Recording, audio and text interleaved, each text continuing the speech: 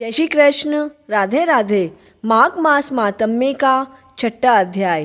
पूर्व समय में सतयुग के उत्तम निषेध नामक नगर में हेमकुंडल नाम वाला कुबेर के समान धनी वैश्य रहता था, जो कुलीन, अच्छे काम करने वाला, देवता, अग्नि और ब्राह्मण की पूजा करने वाला, खेती का काम करता था।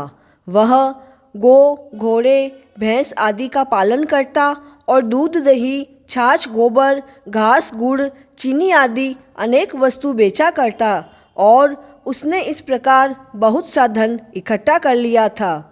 जब वह बूढ़ा हो गया तो मृत्यु को निकट समझकर उसने धर्म के कार्य करने प्रारंभ कर दिए। भगवान विष्णु का मंदिर बनवाया, कुआं, तालाब, बावड़ी, आम, पीपल आदि के वृक्ष तथा सुंदर बाग बगीचे लगवाए। सूर्योदय से सूर्यास्त तक वह दान करता, गांव के चारों तरफ जल की प्याऊ लगवाई। उसने सारे जन्म भर जितने पाप किए उनका प्रायश्चित करता रहा। इस प्रकार उसके दो पुत्र उत्पन्न हुए, जिनका नाम उसने कुंडल और विकुंडल रखा। जब दोनों लड़के युवा अवस्था को प्राप्त हुए तो हेमकुंडल वैश्य गृहस्थी का सब कार्य सौंपकर भगवान की तपस्या के निमित्त वन में चला गया और वहां भगवान विष्णु की आराधना में शरीर को सुखाकर अंत में विष्णु लोक को प्राप्त हुआ। उसके दोनों पुत्र लक्ष्मी के मत को प्राप्त होकर बुरे कर्मों में लग गए।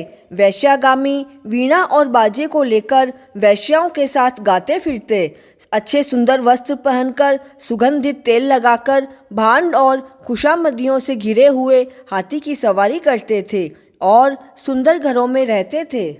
इस प्रकार ऊपर बोए हुए बीज के जैसे वह अपने धन को बुरे कामों में नष्ट करते थे।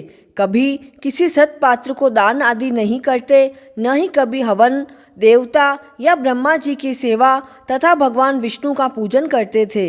इस प्रकार थोड़े ही दिनों में उनका सारा द्रव्य अर्थात धन नष्ट हो गया और वह दरिद्रता को प्राप्त होकर अत्यंत दुखी हो गए। भाई, जनसेवक, उपजीवी सब इनको छोड़कर चले गए और राजा के भय से नगर छोड़कर चोर तथा डाकुओं के साथ वे दोनों वन में रहने लगे और वहां अपने तीक्ष्ण बाणों से वन के पक्षी, हिरण आदि पशु तथा हिंसक जीवों को मारकर खाने लगे।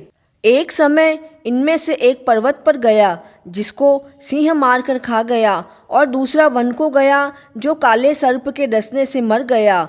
तब यमराज के दूत उन दोनों को बांधकर यम के पास लाए और कहने लगे कि महाराज, इन दोनों पापियों के लिए क्या आज्ञा है। छठा अध्याय पूर्ण हुआ। जय श्री कृष्ण।